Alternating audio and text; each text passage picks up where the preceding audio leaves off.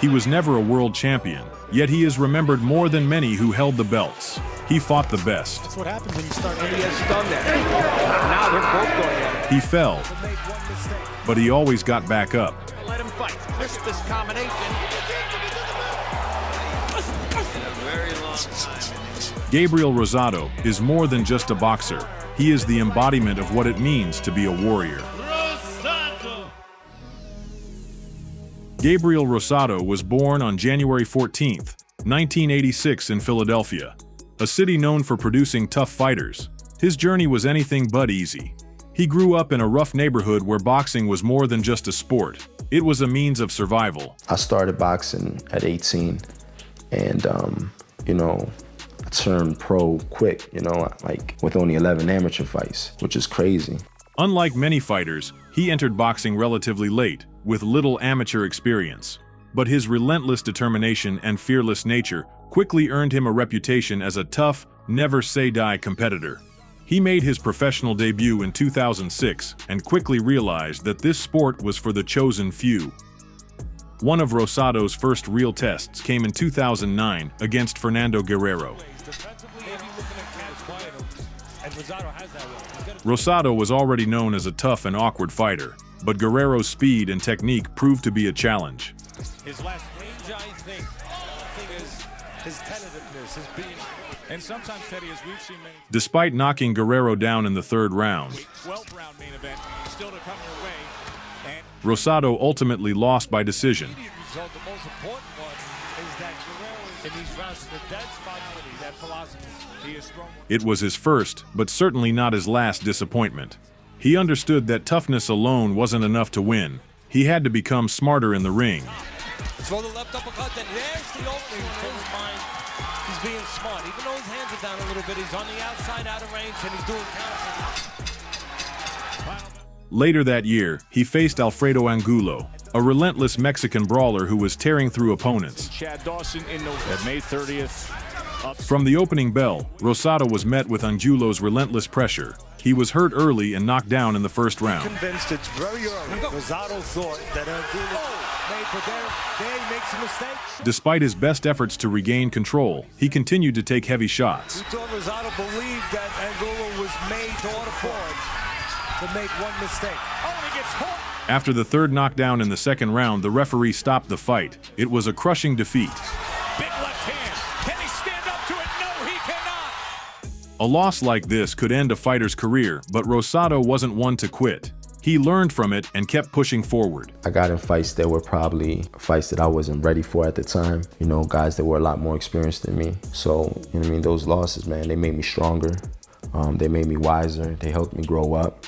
His game started to evolve. He became a more balanced fighter, combining relentless pressure with smart head movement and a strong sense of distance. He was willing to take on anyone who would step in the ring with him. By 2012, Rosado was gaining serious momentum. People were starting to take him seriously. Against Jesus Soto Karass, he looked like a different fighter, confident, precise, and aggressive. That experience, however, he told me yesterday, I'm gonna switch the script. Soto Karass came out pressing the action, trying to dictate the pace, but Rosado refused to let him take control. And I really like what I did after his man was hurt. Karass regained his momentum, and he's back in the fight. In the second round, Soto Karass suffered a cut over his left eye, which began affecting his vision. Rosado seized the opportunity, applying more pressure and landing sharp, clean shots.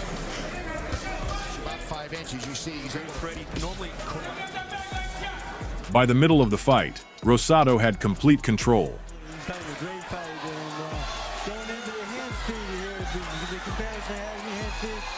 In the fifth round, he unleashed a brutal attack that forced the referee to stop the fight. Rosado had won by TKO. Then came a fight with Charles Whitaker, a title eliminator for the IBF Super Middleweight Championship. Rosado knew this was his moment.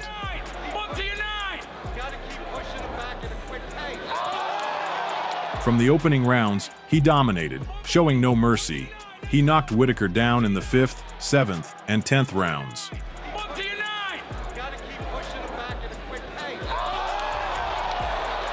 After the third knockdown, the referee had seen enough.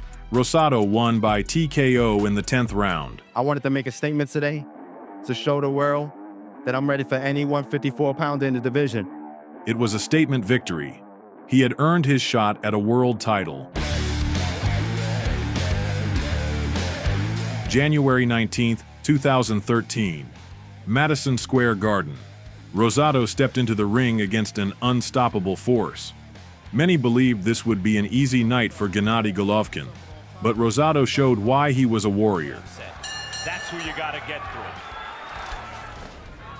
Difference is this with Rosado coming up. Make it seem like it's not a big deal, but From the start, the fight turned into a brutal battle. It's short right hand. At this point in the fight.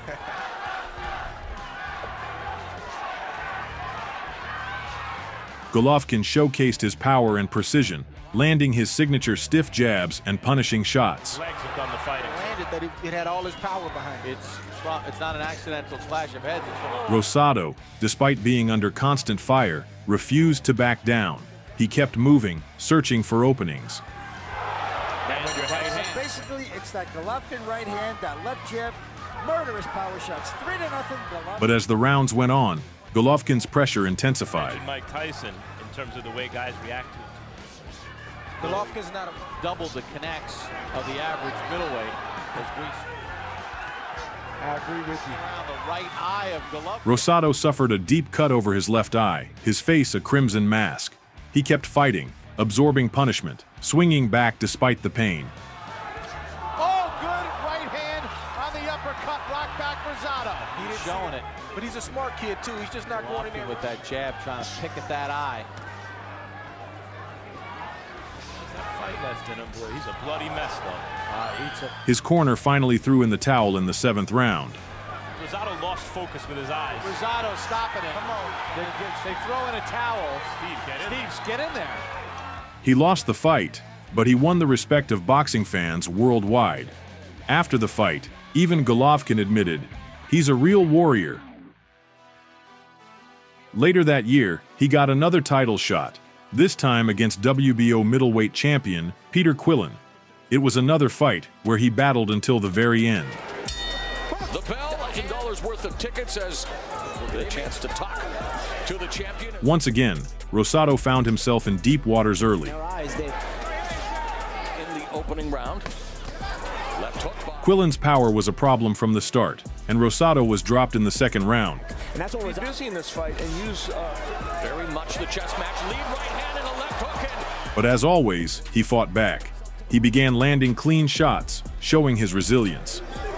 Because Rosado is landing punches the left hook, and now Rosado and the champion, Kid Chocolate. In our next bout, the main event, as Bernard Hopkins. However, in the 9th round, he suffered a severe cut over his left eye. pressure. Quillin, a good poker face. Rosado has created the impression. What a shame during a fight like this. Blood was pouring down his face, and his vision was compromised. Jim Gray has a repair. The ringside doctor stopped the fight in the 10th round, awarding Quillin the TKO victory. Then came the toughest challenges. But no matter what happened, Rosado kept coming back, continuing to take on the best. You know, there's a saying in boxing that says, you know, when a fighter loses, he learns how to lose. Well, I flipped the script. You know, my losses taught me how to win. So that's just the mindset I have now, and I'm proud of my record, man. In his fight against Jermell Charlo in 2014, Rosado faced a young and fast opponent who outboxed him at range. To begin round one, who's the aggressor early on in the opening minute. That lead left hook. There's a right hand behind. From the start, Charlo took control, using his aggressive style and powerful punches. Once the ball out there, it's a set of power. 11 wins inside the distance. Despite his resilience, Rosado struggled to avoid Charlo's sharp attacks. You'd like to see him maybe snap out that jab. By the 3rd round, Rosado suffered a cut over his left eyelid, making his situation even more difficult. Blood streamed down his face, affecting his vision and creating additional challenges. Trickle and flow from the Chris Chapman. Despite the injury, Rosado kept pushing forward, using his experience and grit to stay in the fight. He looked for counterattacks, but Charlo's relentless combinations continued to land. Some snap on that. Joe is starting to hesitate with that lead hand because he's not.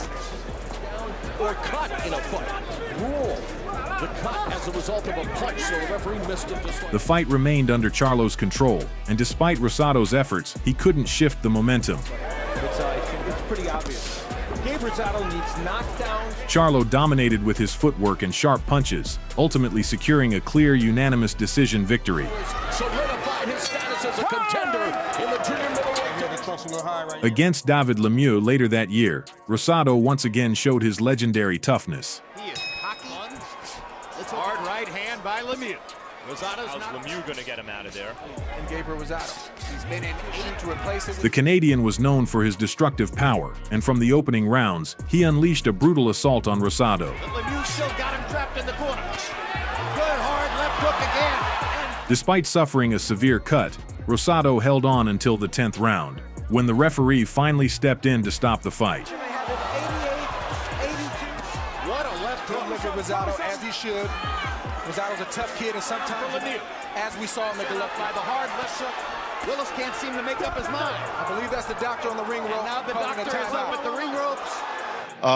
Honest to goodness, man, it was just difficult seeing. As soon as the eye puffed up, I literally was seeing 3 of them the whole fight. Right now, I can't even see. It's just I was trying to fight. I was trying to counter as best as I could with one eye. And it's just my luck, man. In 2017, Rosado faced the seasoned Martin Murray. This was a tactical battle, with Murray fighting smart and methodically, never allowing Rosado to gain control.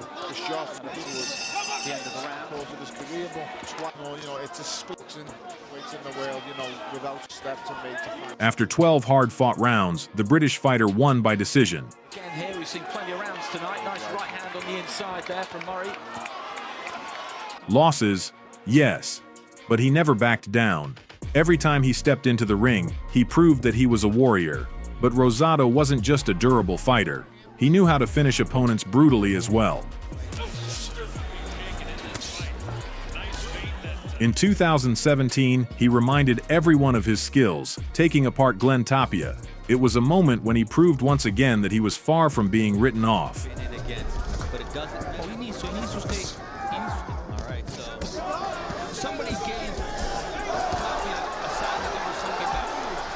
Rosado unleashed powerful punches, forcing Tapia to retreat, and in the 6th round, he relentlessly finished him off.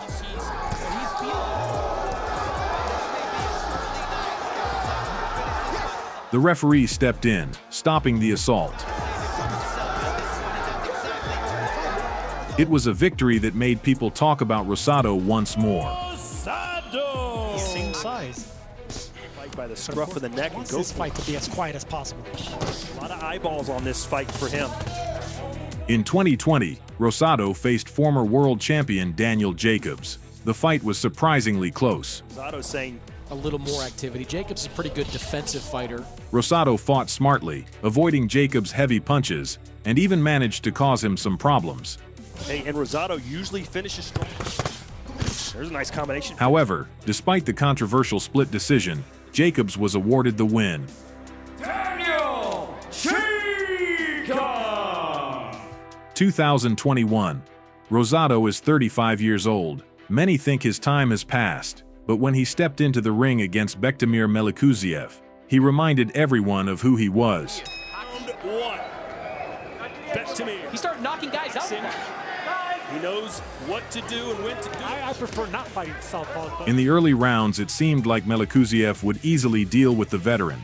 He was faster, stronger, younger.